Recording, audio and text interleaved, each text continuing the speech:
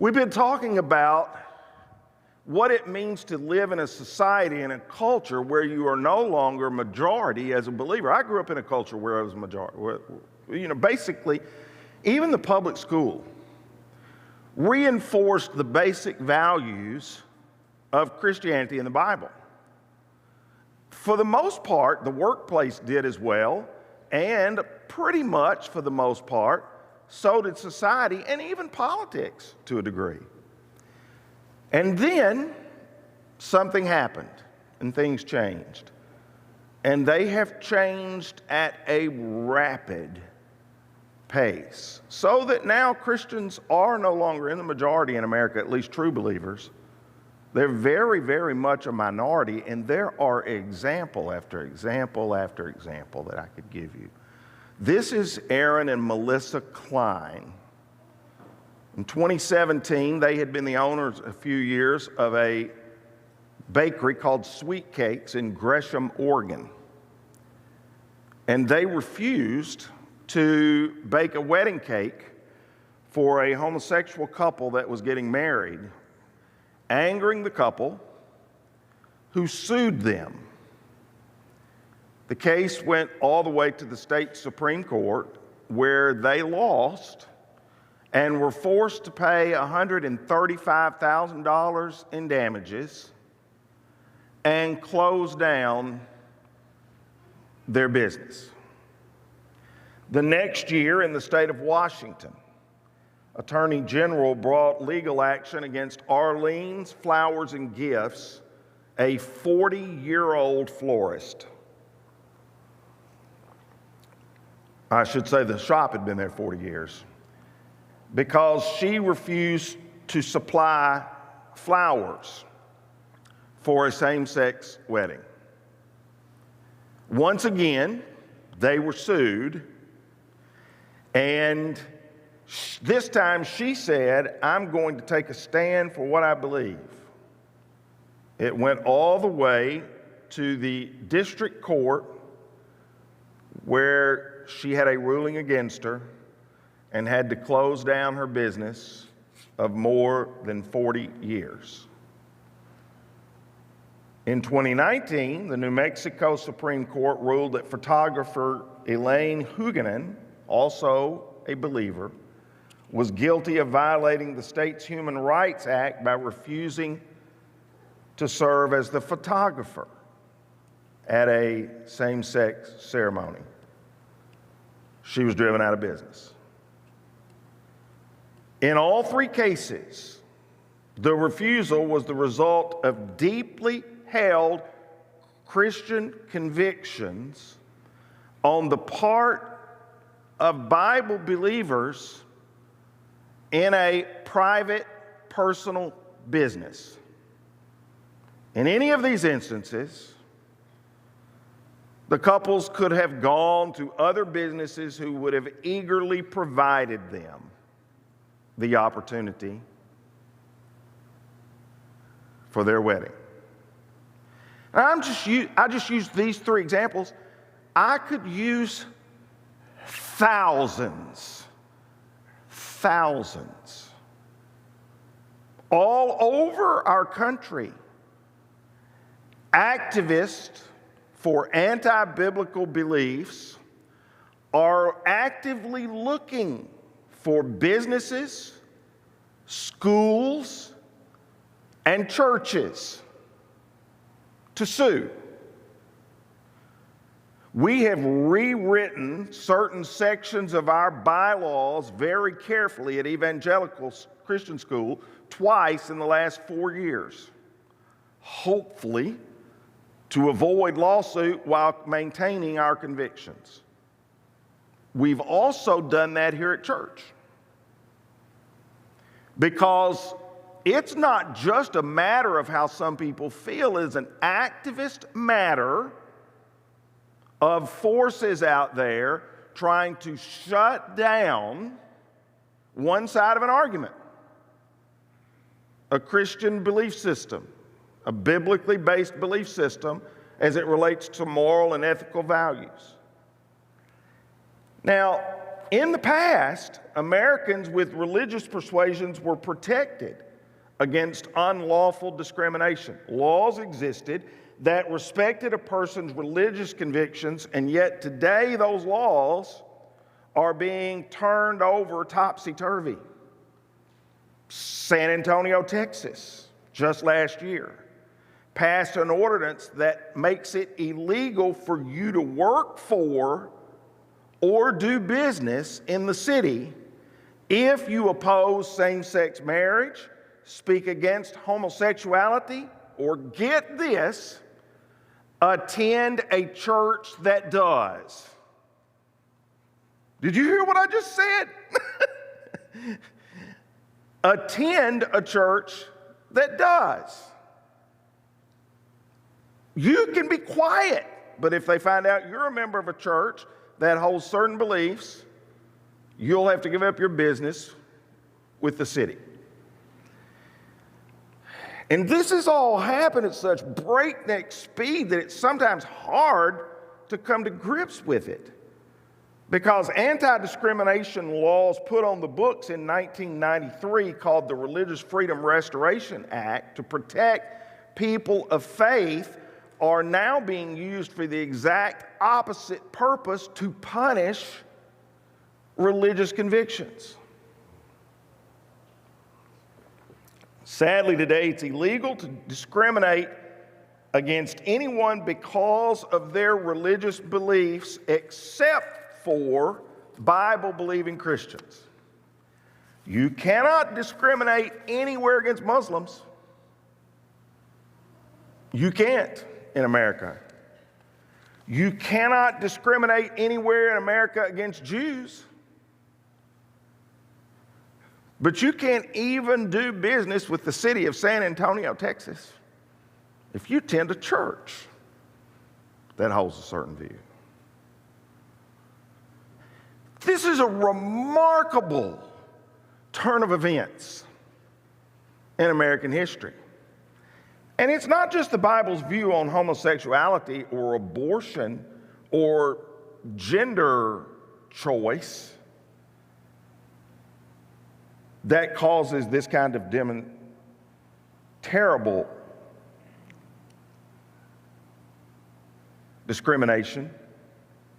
If you insist on any absolutes, if you believe that God has spoken, morality and discussion and dialogue and compromise are not even up for grabs anymore. You see, we used to, in America, resolve our differences by discussion and dialogue and debate. And now one whole side of the debate has been completely shut down as hateful, intolerant, bigoted, if you believe in biblical values. And we do have to. All religions are not qualitatively the same. For 2,000 years, Christians have unapologetically declared that Jesus is the way, the truth, and the life. No man comes to the Father except by him. But today, that gets branded as hate speech. In fact, it's curious, the habit of today's pluralism, to label anything that contradicts its own beliefs as hate speech. As Morgan Freeman once said, just because I disagree with you does not mean I hate you. We need to relearn that in society. And by the way, it's one-sided again. The people who push for such anti-biblical views can hate you and be intolerant of you because of your views. But if you disagree with them, you're the hater, you're the bigoted, you're the discriminator.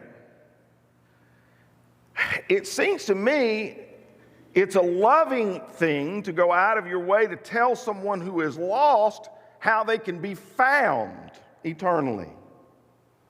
That's a loving thing, not a hating thing. They can accept it or not accept it. They can tell you, I don't want to hear it anymore. I've had people do that with me. But that's fine.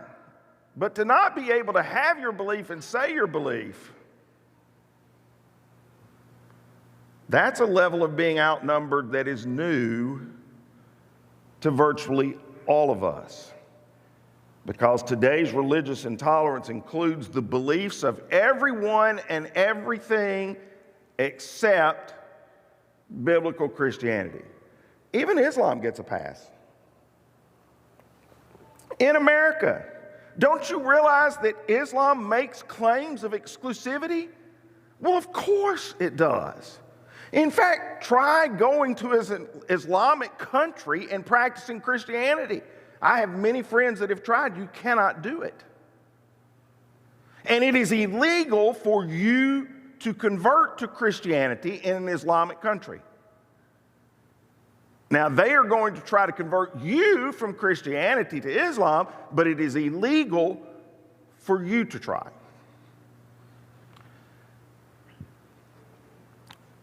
So, that's what you can expect when a biblical faith is relegated to a minority status. Laws on the books put there for other reasons, like the RFA, get turned and used against believers. That's exactly what we're going to see tonight in Daniel chapter 6. So we've made our way up to, in Daniel, Shadrach, Meshach, and Abednego's story, we've made our way up to the lion's den. And in our last discussion, we looked in chapter 5 at how God had allowed the Persians to overtake the Babylonians. And so Darius the Mede decided to divide the kingdom into 120 provinces and appointed a high officer to rule over each province. And the king also chose Daniel and 2 others as administrators to supervise the high officers and protect the king's interest. Daniel soon proved himself more capable than all the other administrators and high officers. Darius the Mede decided to divide the kingdom into 120 provinces, and he appointed a high officer to rule over each province. The king chose Daniel and 2 others to protect the king's interest. Because of Daniel's great ability, the king made plans to place him over the entire empire. So here's what's interesting here. Daniel is now an old man. And we've been talking about him through much of this book. He was a young man. He is now a professional diplomat. His career has now transcended multiple administrations. And the Persians and Darius have taken over, but Darius was so impressed with Daniel's work that at the age of 80, he's keeping him in his cabinet. Now, remember when we started the book, we said Daniel was 16, 17, 18 years old, on that range. And he made the great impact that impressed Nebuchadnezzar. He came to Babylon a Jewish prisoner of war, yet he rose to become one of the most powerful figures of his day. And he lived an amazing life. As I've said repeatedly in this series, is a great example of how to live when outnumbered. You want more proof of that truth? The next verses. The other administrators and high officers, the Persians, began searching for some fault in the way Daniel was handling government affairs, but they couldn't find anything to criticize or condemn. He was faithful, always responsible, and completely trustworthy. In fact, I love what verse 3 says there. They concluded our only choice of finding grounds for accusing Daniel will be in connection with the rules of his religion. Verse 3 in the New King James, I listed for you in your outline, says he was excellent in everything. Excellent in everything. All right, So what happens here is the Persian leaders were jealous of Daniel, and they had done everything they could to try to find some way to, I mean, they had searched his email. People do that today, by the way, too. There are people who are searching texts and emails all the time to find some evidence of something you did wrong or said wrong 20 or 30 or 40 years ago to get you canceled in our culture. And so they had searched Daniel's text, and they had searched his emails, and they had listened to all of his phone calls, and they had done everything they could to find something wrong with Daniel, and they could not find a single thing to discredit him. And so they said, our only chance will be to try to get him on his religion. Wow. Does that sound familiar? That sound a little bit like today? Have you noticed that some people, when they become older, get a little grouchy or a little grumpy? They even made a movie about it. 2 movies. Grumpy Old Men and Grumpy Old Men 2. So here's Daniel. He's older. He's now 80.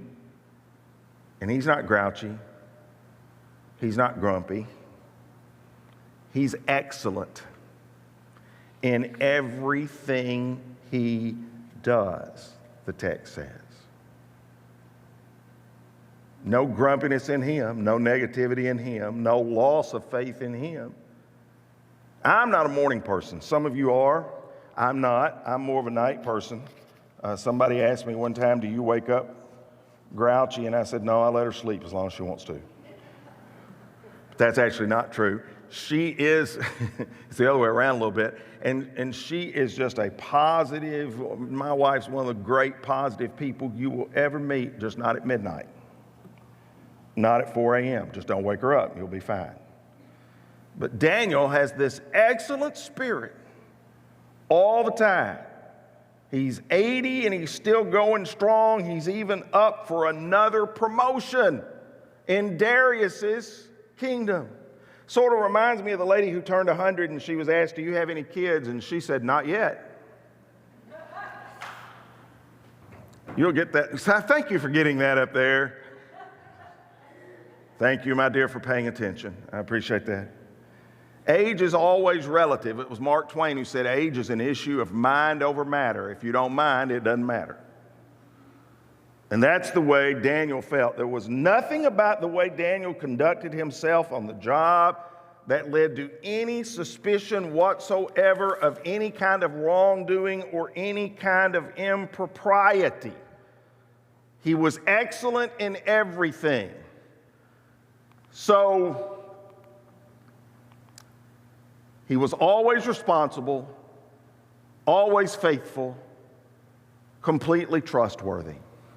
Do you wish that could be written of you? Do you wish that could be said of you? They weren't going to find anything at all wrong with Daniel, even though they were out to get him. God will ultimately honor a life that is faithful, responsible, and completely trustworthy. Many, many years ago, an older man and his wife were traveling to the city of Chicago. They got there after midnight. It was raining heavily, and they tried to check into one of the downtown hotels, and the guy who was running the front desk said, I'm sorry, we're out of all of our rooms. We don't have a single room. But he said, I'll call around to some of the other hotels. And so he called around to several hotels, and he said, I'm sorry to tell you that there are no rooms anywhere in the area. There's a couple of conventions in town and a couple of other things going on. I can't find you a room anyway. But this man said, I tell you what I'll do.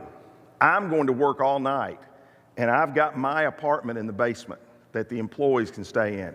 And it's clean, and I won't be in it, and you can have it, and I won't charge you at all. You can go stay in my room. And so the older man and his wife went and stayed in the room. And they got up the next morning and came and saw the young man and thanked him profusely and tried to pay him, and he wouldn't take anything. And the older man said, "What is your name?" And he said, "My name is George C. Bolt." And he said, "I'm going to tell you, you're the kind of young man that should be running one of the best hotels in the world. And someday I'm going to build a hotel, and you're going to be its first manager." Years passed. Nothing happened. George Bolt forgot all about it. One day he got a telegram in the mail and a check and tickets to come to New York City. When he got there, William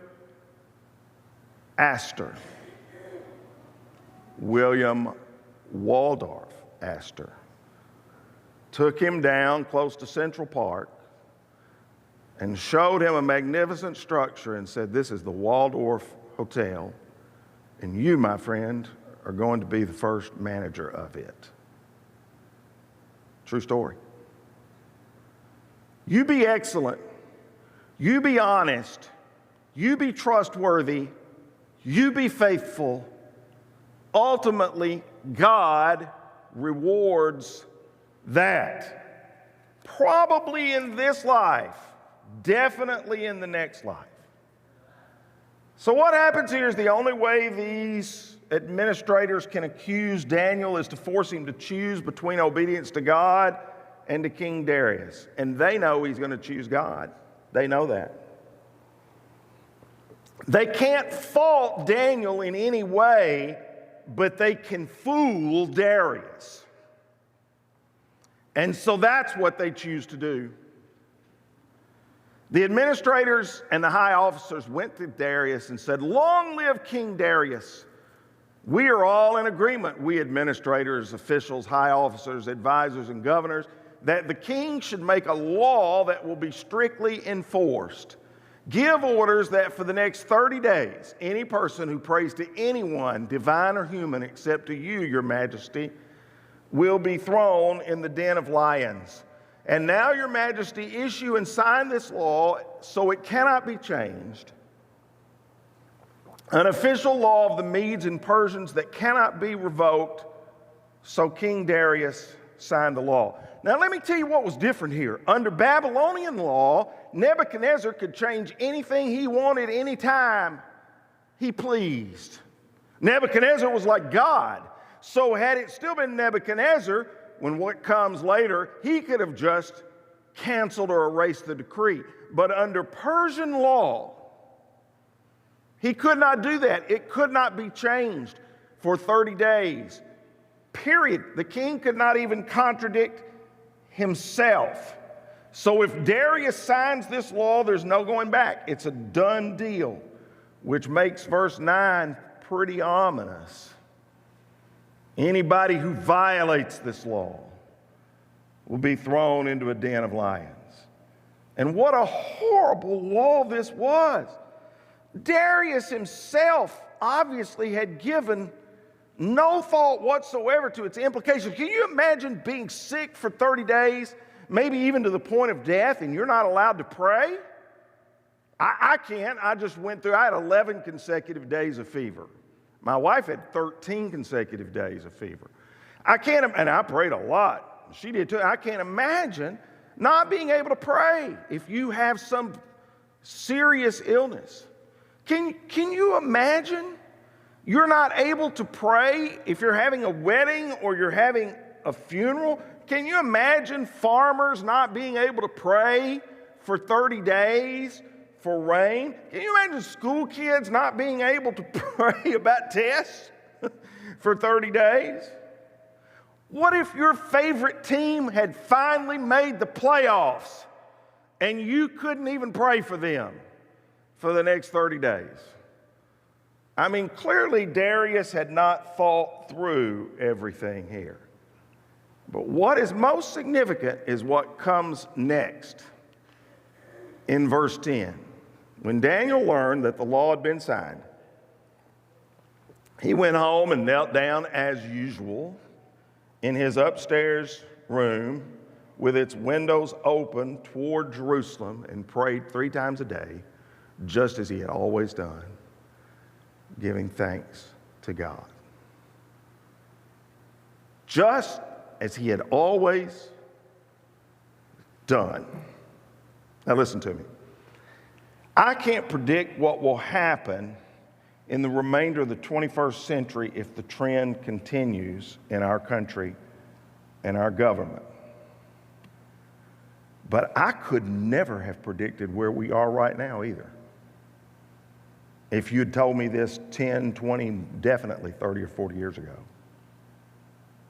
wouldn't have considered it possible. Do I think the day is coming where this kind of decree could be made even in America, where you cannot pray, period, in public? Well, here's what I know. I know that in many school districts around our country for the last decades, they had been praying before a football game for decades. A public prayer, and then they were sued, and suddenly nobody in any public school anywhere is praying before a football game. I know there was a high school football coach at a public school in California who got fired for praying just with his own team before a high school football game. I know I could go on and on giving you restrictions that have already been placed on prayer and faith in our country. So I can't predict what's coming down the road, but I can tell you this. At some point, many of us are going to be faced with the option, am I going to serve God and obey God just as I've always done? Or am I going to compromise that thing out?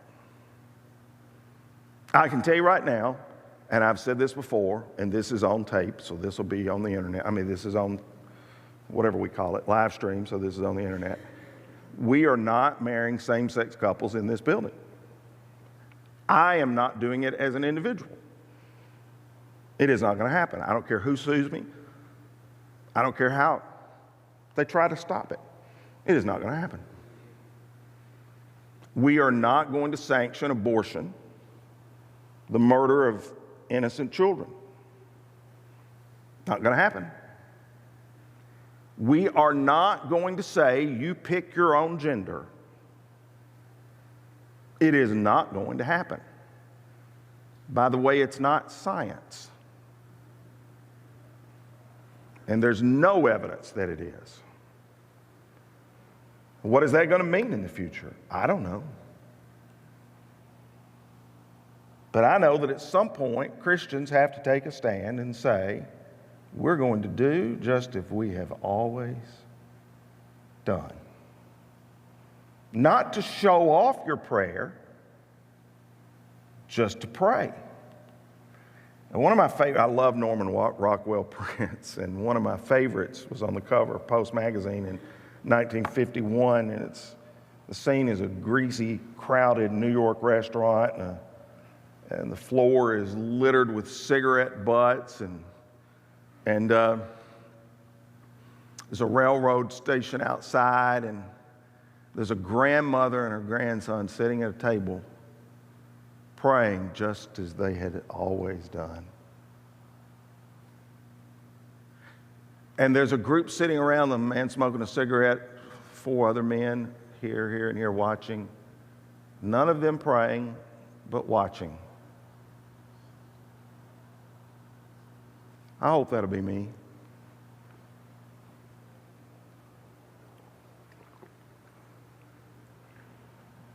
Jewish custom called for prayer at sunrise and at noon and then at sunset. That's why David wrote, morning, noon, and night, I cry in my distress and the Lord hears my voice. That was Jewish custom. Daniel had been following this all of his life. He's now 80 years old. He's threatened not to do it. If he does, he's going to be thrown into a lion's den. You know what he did? He did exactly what he had always done. He went right to the place where he had always prayed, as they knew he would. And he prayed in the same place. He went right to the posture for prayer that he had always used. The text says he knelt. You don't have to kneel. Nowhere does the Bible say you have to kneel. Nowhere does the Bible say you have to close your eyes to pray. Those are mere customs. In fact, most of the time, I do not close my eyes to pray. The Bible gives us examples of folks praying in all sorts of postures, standing, lying prostrate on their face, raising hands to the Lord.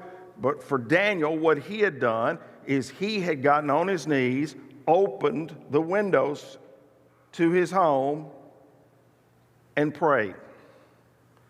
And because he had always done that, he was going to continue to do that.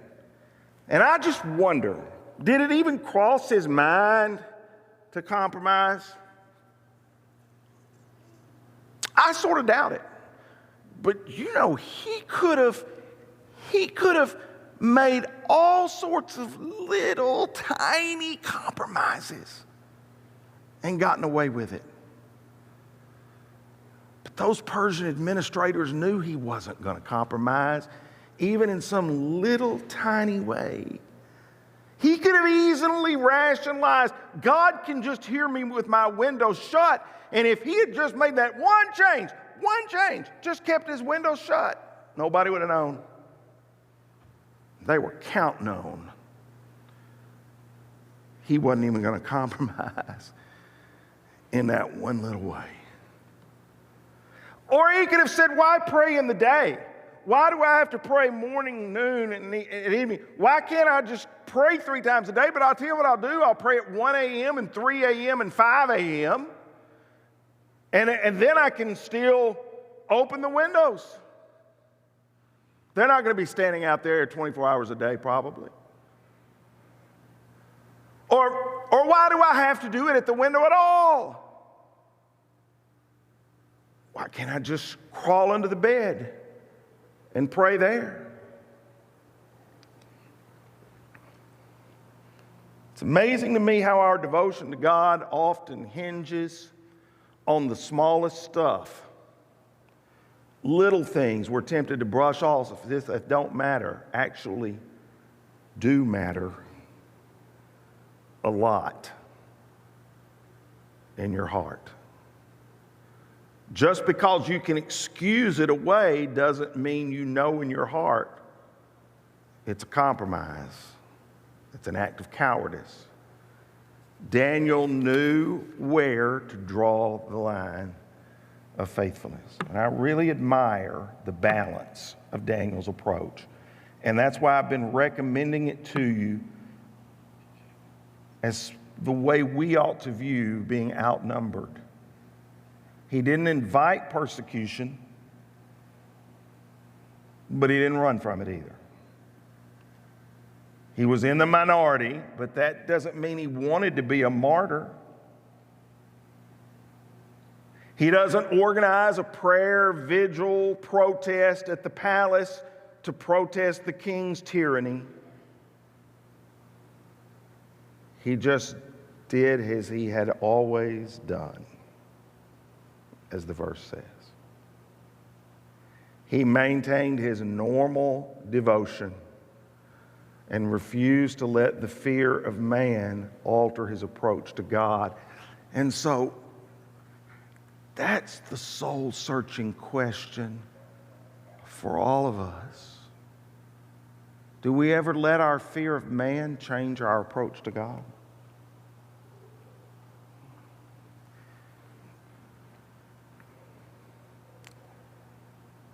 Daniel's enemies had a stake